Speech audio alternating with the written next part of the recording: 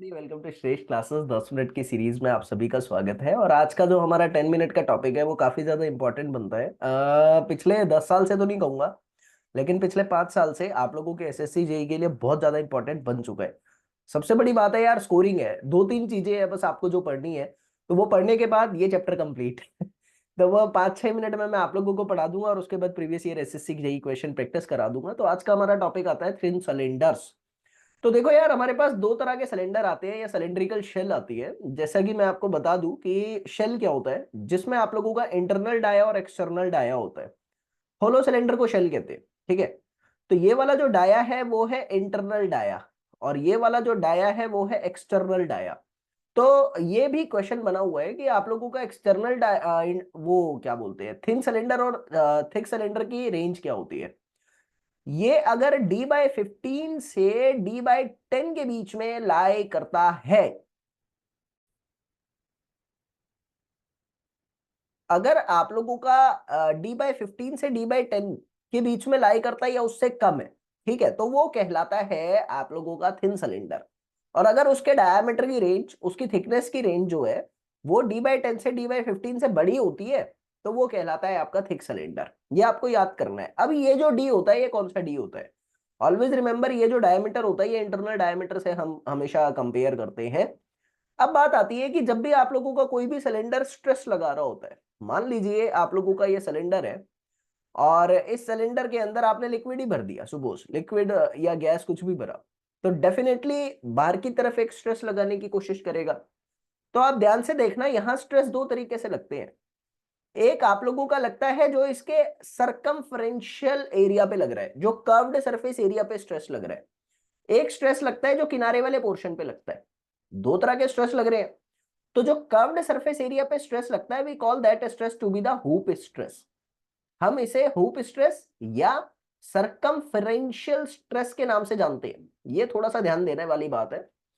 तो आपको समझ आया, जो आपके कर्व्ड पोर्शन पे स्ट्रेस लगता है और जो आपके सर्कुलर पोर्शन पे स्ट्रेस लगता है अलोंग द एक्सिस, ये अलोंग द एक्सिस है ना, अलोंग द लेंथ है, we call that stress to be the longitudinal stress. हम इसे लॉन्गिट्यूडनल स्ट्रेस के नाम से जानते हैं। तो जो आपके सिलेंडर पे स्ट्रेस लगते हैं वो दो तरह के स्ट्रेस लगते हैं, आपका hoop stress and longitudinal stress, और हमारे कोर्स में थिन सिलेंडर ही है। तो यहां दोनों के बारे में आपको पढ़ना है। प्लस एक बात बता दूं कि आप लोगों का जब भी लिक्विड की वजह से एक सिलेंडर में स्ट्रेस लगाया जाता है, तो बेसिकली वहां पे मेजर बात जो ध्यान देने लायक है वो है कि अंदर की तरफ, इनसाइड पोर्शन पे तो हमेशा टेंसाइल स्ट्रेस आता है। इनसाइड पोर्शन पे यानी सिलेंडर के अंदर वाली दीवार पे तो टेंशन आती है, लेकिन बाहर से एक्सटर्नल जो स्ट्रेस लगता है, एक्सटर्नल पोर्शन पे या बाहर की दीवारों पे हमेशा कॉम्प्रेशन लगता है। क्यों ऐसा होता है? देखो, बहुत आसान बात है। अंदर से टेंशन लग रहा है तो बाहर से कॉम्प्रेशन लगना चाहिए, जब भी ये स्टेबल रह पाएगा। अदरवाइज तो सिलेंडर फट जाएगा। तो बाहर से कॉम्प्रेशन लगना चाहिए। तो ये आपको ध्यान रखना है कि अंदर से तो टेंशन लगता है, लेकिन बाहर से उसको स्टेबल बनाने के लिए कॉम्प्रेशन लगता है। ये आपको पता होगा। अब बात आती है कि आप लोगों का हुप स्ट्रेस और लॉन्गिट्यूडनल स्ट्रेस कितना कितना होता है। जैसा कि मैंने बताया, दो तरह के स्ट्रेस होते हैं। तो क्या होता है वो मैंने आप लोगों को ऑलरेडी बता ही दिया है। अब मेजर बात है फॉर्मूले की। फॉर्मूला ही जरूरी है और कुछ जरूरी नहीं है। हुप स्ट्रेस का फॉर्मूला होता है PD/2T।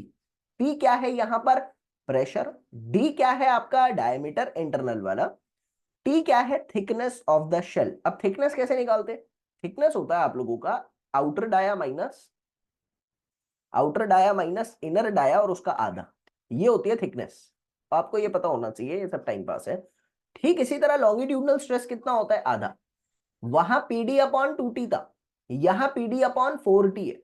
यहां तो 2T था, लॉन्गिट्यूडनल में 4T है। अब याद कैसे करना है इसको? ध्यान से देखो मेरी बात को। आप लोगों का लॉन्गिट्यूडनल वर्ड बड़ा है ना, ये बहुत कंफ्यूजन होती है पेपर में, बहुत ही दिक्कत होती है इसकी। लॉन्गिट्यूडनल वर्ड बड़ा है तो बड़े वाले में ज्यादा है, हुप वर्ड छोटा है, छोटे वाले में कम है। ठीक है, तो ऐसे याद करो, आपको आसानी रहेगी बहुत ज्यादा। वरना सीरियसली मैं आज तक भी कंफ्यूज होता था जब तक ये ट्रिक मैंने बनाई नहीं थी। तो मैंने ऐसे याद कर रखा है, बाकी आपकी मर्जी है। तो दोनों का फॉर्मूला बहुत ज्यादा इंपॉर्टेंट है, बाकी आपको पता ही लग गया। अगर मैं दोनों की रेशियो निकालता हूं तो क्या आएगी? हुप स्ट्रेस जो है वो दुगना है लॉन्गिट्यूडनल स्ट्रेस से। दोनों की ratio hoop stress upon longitudinal stress 2 के बराबर आएगा। या longitudinal stress upon hoop stress half के बराबर आएगा। ये चीज समझ आ गई आपको। अब जनाब यहाँ पर मेरी बात आती है, ये कुछ पॉइंट लिखे हैं आप लोग देख लेना टाइम पास के तरीके से, बस ये खत्म हो गया, इतना ही है जरूरी, और कुछ है नहीं। यहाँ मैं आप लोगों के लिए लिखकर ले आया, ये फॉर्मूले है आपको याद करने हैं, ठीक है। सोम से ही हमारे ये फॉर्मूले बने हैं, आपको स्ट्रेस एंड स्ट्रेन वाला कंसेप्ट अगर याद हो तो आप ये देख सकते हो, ये आपके खुद के लिए, ठीक है। मेजर बात यहाँ पर ये इंपॉर्टेंट लगी मुझे कि अगर आप पॉइजन रेशियो की टर्म्स में, म्यू क्या है पॉइजन रेशियो ऑलरेडी पढ़ा चुका हूं, 10 मिनट की शॉर्ट वीडियो में कंसेप्ट दे चुका हूं। तो हुप स्ट्रेन और लॉन्गिट्यूडनल स्ट्रेन की रेशियो इंपॉर्टेंट है, थोड़ा सा याद करना है, ये फॉर्मूले याद करने हैं, no need to go with the derivation. और एसएससी में आज तक नहीं आए, लेकिन आगे आ जाए क्या पता। तो मैं वन लाइनर आपके लिए ले आया।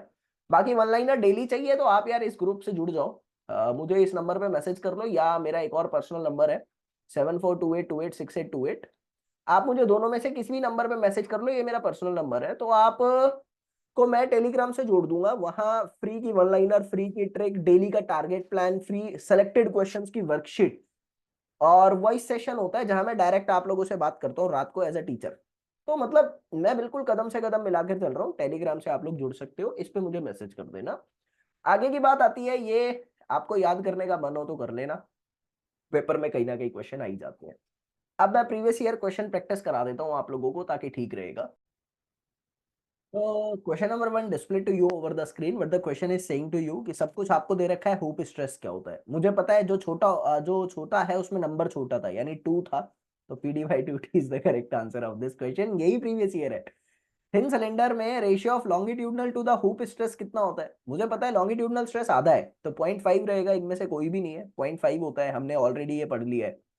आगे की तरफ चलते हैं। Hoop stress induced in the thin cylinder by winding it with wire under tension. अब वायर जब टेंशन में है तो हुप स्ट्रेस कैसा इंड्यूस होगा? मुझे पता है वायर अगर टेंशन में है तो अंदर से टेंशन लग रहा है, बाहर से तो कॉम्प्रेशन लगेगा ना।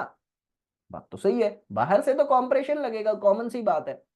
अब बात आती है यहां पर, अच्छा मुझे कैसे पता कि बाहर से पूछ रहा है? इंड्यूस वर्ड लिखा है, इंड्यूस का मतलब ही पैदा कौन सा हो रहा है। आप टेंशन तो लगा रहे हो, इंड्यूस जो आ रहा है वो कॉम्प्रेशन है, इसलिए मैंने कॉम्प्रेशन लगाया। आगे कह रहा है ratio of the longitudinal to the hoop stress is 0.5। तो ये आपका टॉपिक था आज का, इसी तरह के टॉपिक जानते रहो बस, और share it to the student if you can, otherwise बस अपनी पढ़ाई पे फोकस करो आप लोग।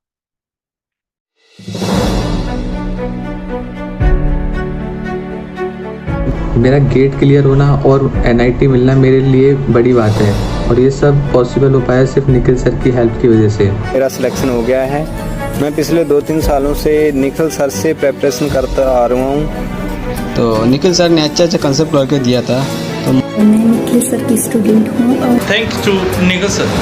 मैं निखिल सर जी को दिल से बहुत बहुत धन्यवाद करना चाहता हूँ। निखिल सर और उनकी पूरी की पूरी टीम का तहे दिल से शुक्रिया अदा करना चाहता हूँ। Thank you Nikhil sir. Thank you very very much Nikhil sir. Thank you Nikhil Goyal sir. Thanks lot to Nikhil sir as well. और निखिल सर का लेक्चर तो था ही। निखिल सर की क्लास से बहुत कुछ सीखा हूँ। मैं निखिल सर की वीडियो स्टार्टिंग से देखता था। इस सारी मेहनत जो भी है वो with the guidance of Nikhil sir है।